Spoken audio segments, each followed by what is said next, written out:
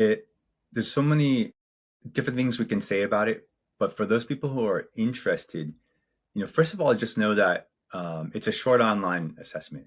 Mm-hmm. So it takes about half an hour to 40 minutes. And what it does is it gives you context and words to figure out what you're naturally good at. What do you naturally do well? Um, Don Clifton, again, was a highly trained psychologist.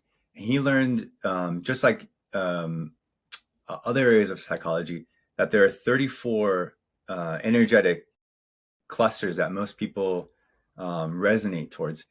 And his goal, though, and I think this is the most important piece, he said, and the question he asked was, what if we studied what's right with people instead Mm-hmm. of what's wrong? Mm-hmm. And that radical question uh, shaped this test. So now we're focusing on what's right with people. And so the assessment looks at 34 ways people naturally think and work, like problem solving, empathy, focus, creativity, communication, you name it. And it identifies your top five. Um, so those areas where your energy and your potential are the strongest. And I wonder, I would be curious to ask you this question because most people who read their report, they feel really seen. They say things like, that's me. I can feel the chills because when I took the test and I read it, I was like, oh, that is me. I have always done that, and I just didn't have words for it. And so in that sense, I want to help people understand that it's not a personality test. Mm-hmm. It's a, Mm-hmm. it's a language for your strengths. Right. And once you have that language, you can describe your value very clearly, like in interviews or on teams or even in the home, like we were talking about. Yeah, yeah. I agree. And I've taken the CliftonStrengths three times, the assessments three times throughout my career. What I think is really amazing about this assessment is that it's very consistent.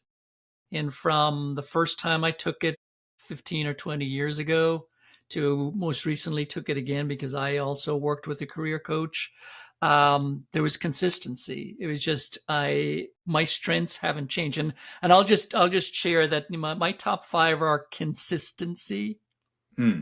achiever, empathy, harmony, and developer. And so I'm very much in the relationship theme and also in the execution theme. If you take a look at my top 10, it's very much I am in the relationship and execution. I'm kind of dominant in execution and relationship building. And to answer your question, Yeah. I just lean back on this word of it's just liberating. Just the fact that it's like, oh, okay, and it wasn't necessarily surprising, because when I work with my career coach, and she's, even though I had taken the assessment before and we redid it, she's like, "How do you feel?" I'm like, "That's me," and Yeah. it feels really affirming that, okay, this is me. I'm nobody else. And I can start leaning into these strengths and showing up with more intentionality, I think, too, not only in my career, but also in my life, to be like, okay, I'm all about getting things done, and I'm all about building relationships and making people feel kind of seen and heard and appreciated and accepted. And so let me lean into that.